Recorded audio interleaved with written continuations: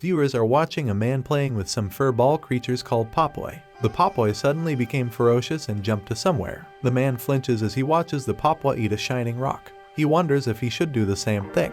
He gulps and the viewers are doubting his actions. He starts munching on the rocks just like the popoi. He swears to climb the tower and survive no matter what. As he plans to destroy the tower, he can only imitate the sound of the popoi. Let us do some backtracking. A woman calls Iju admirable and claims he can easily find a job, unlike the others who got their hands dirty. She hopes the others are like him. Iju wonders what is wrong and the woman explains that their orphanage director is sick and might retire soon.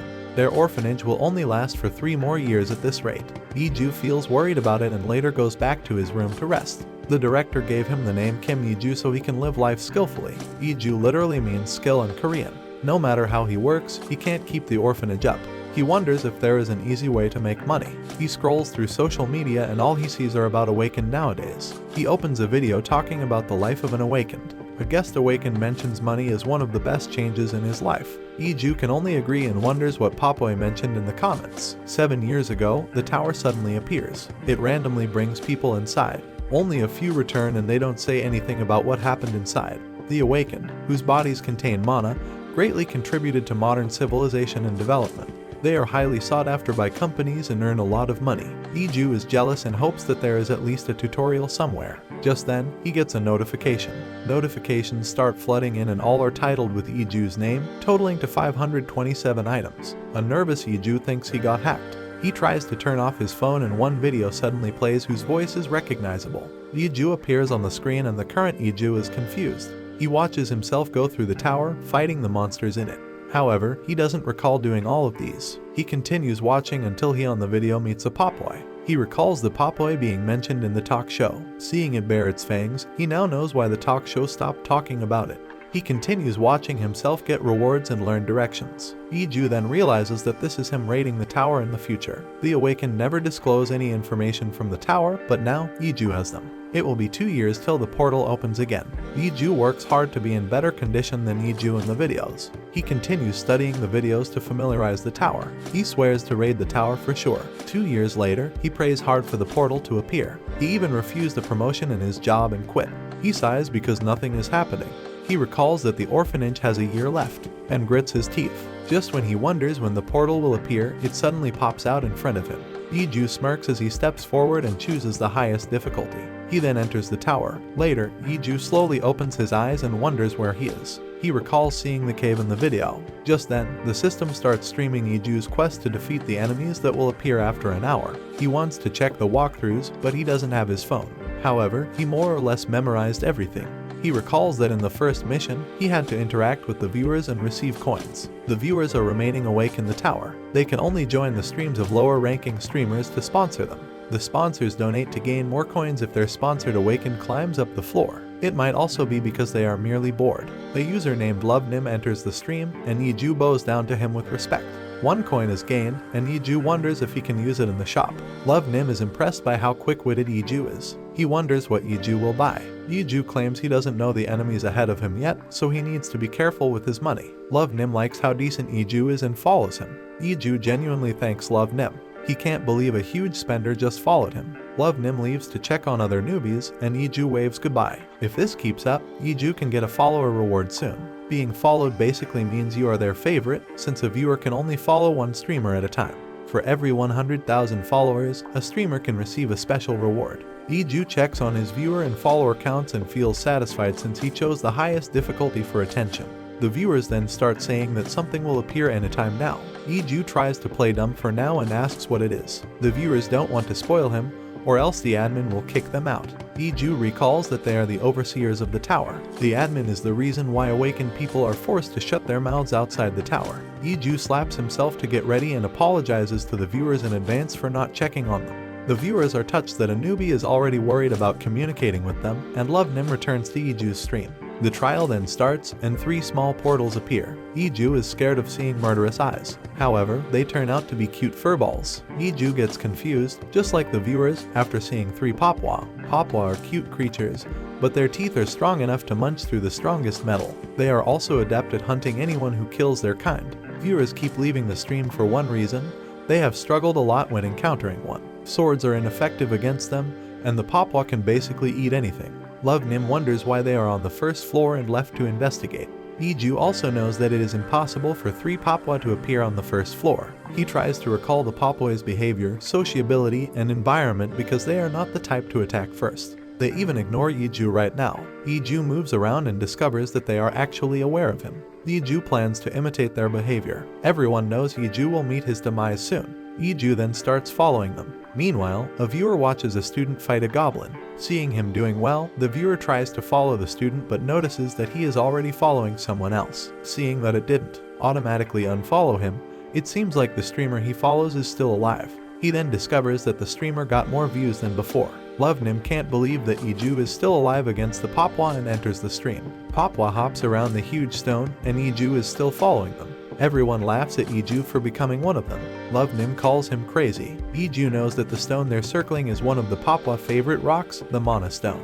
It can be used for magic items and engineering. The papwa would always conduct a ritual before they ate a mana stone. However, they are in alert mode because of a stranger. Right now, Iju is being acknowledged by them, and they are happy to invite him for a meal. Iju's sweat drips and the papwa stop. They open their mouth, and the sight of it brings out the trauma the viewers experienced. The stream suddenly turns into a mukbang show. The viewers wonder if Iju will do the same. After some hesitation, Iju starts eating mana stones with the papwa. However, it was not hard, and it even tasted like chocolate. They continued eating until nothing was left. Iju's body suddenly illuminates, and the papwa circle around him. Just when the viewers think Iju is the next meal, the papwa suddenly turn friendly with Iju. Everyone is surprised by the outcome. Finding out that he cleared the mission, Iju falls unconscious. Nim can't believe that there is a method like that. The papwa check on Iju. Iju quickly springs up as he wakes up. He then sees the papwa and realizes that they are worried about him. They cutely respond and hop in place. Iju thanks them, but the viewer can't believe Iju and the papwa are acting like they are in a drama. Iju greets his viewers and discovers that he has 100. He screams out of surprise. He suddenly thanks his viewers for being with him. They then ask Iju why he did the same things as the papwa. He hesitates a bit, but later tells them that it is better to befriend them. Just look at those fangs. He also mentions the mission of getting rid of the enemies without killing them, so he turns them into his allies. Everyone is impressed by his thought process. Iju claims he just got lucky to befriend them. Iju needs to make himself look like a newbie and acts like he doesn't know about the rewards by heading immediately to the second floor.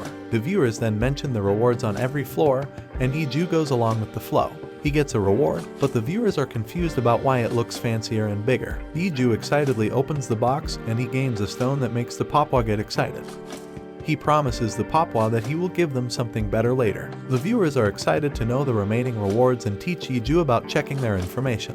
Iju got a nickname change voucher. He keeps it, thinking that it will be useful on the 5th floor. He then checks the coins, which is almost what everyone gets. He then tells his viewers that he will proceed to the 2nd floor. Just then, one of the papwa notices something and hops toward it. The other 2 also followed. Iju, along with his viewers, is confused. Iju followed the papwa, who opened their mouths again and started eating the wall. Iju notices that they are smelling something. He hears the papwa calling him. He then enters and goes through the small cave while the viewers are worried for him. Iju feels like he is being massaged instead. His viewers tell him to speed up. He notices that his arm is shining and freaks out. Everyone is laughing because he just noticed it. Iju and his viewers think it is the same thing they knew. Iju also knows about it. On the 5th floor, you can decide your path. You can be a knight, a mage, or a mage engineer while having non-combat specialized jobs. His power right now is the same as a knight's. He then reaches the end of the tunnel where the papwa are encircling something. They discover a piece of jewelry. Iju picks it up, and some of the viewers knew about it. It is a rare lucky necklace that can save Iju from death once. Everyone is in shock and dismay at seeing a cheat tier item. Iju acts like they can't see its true value. However, he already watched himself getting it on the 10th floor and using it on the 15th floor. It is a problem that he got it early. Nim advises Iju to put it on for now while donating 10 coins. Nim is actually known as an expert newbie tour guide, and Iju appreciates him. Iju then goes back to the portal and plans to bring the papwa with him. He steps into the portal and arrives on the 2nd floor in the middle of an arena. He looks around and discovers writings about nobility and effort. Iju claims effort is effort, regardless of differences in status. A window appears and shows the trial of surviving against a monster for 30 minutes. He checks the shop, as his viewers think a red bear will appear and ruin his necklace immediately. Iju is worried about encountering one since it breathes out fire. A sea snake can strangle him even inland. He thinks the tower won't give him an impossible trial and starts the challenge immediately. A portal appears and quickly grows bigger. Yiju gets worried when she sees a huge portal. Just then, a huge beast appears. It is a turtle dragon that is supposed to appear on higher floors. A viewer believes that it appeared to balance the cheat tier item that Yiju got. Yiju browses the shop in panic and buys a one-handed axe. The viewers call him crazy for trying to fight the turtle dragon. He thinks there might be a hidden reward and starts charging toward the turtle. The monster stomps on him, and the viewers look for Yiju. The dust clears out, and they see Yiju sticking like a cicada on the monster's leg. Yiju can see that the turtle is pissed off. The turtle fired off a beam, and Yiju surprisingly dodged it. Yiju thinks he can do it despite seeing the turtle angry. He starts attacking the back foot of the turtle and chops it like a tree log. The viewers feel bad for the turtle. Yiju keeps moving under the shell. The turtle then hides inside its shell and starts healing itself. This pattern annoys the awakened the most. New viewers enter and are surprised to see a turtle dragon on the second floor. Yiju finds a chance and jumps on top of the spiked shell. While Yiju looks for something, Levnim warns him that the spikes will explode. He then finds something and starts stroking it. While the viewers are wondering what Yiju is doing, the turtle stops its defense and glares at Yiju. It starts charging toward the wall to throw off Yiju. Yiju stabs the shell using the spike he broke and strikes it down like a nail using his axe. The turtle roars in pain and its shell explodes. The viewers wonder if it is dead. What happened to Yiju and the turtle dragon? Let us know if you want to watch the next part.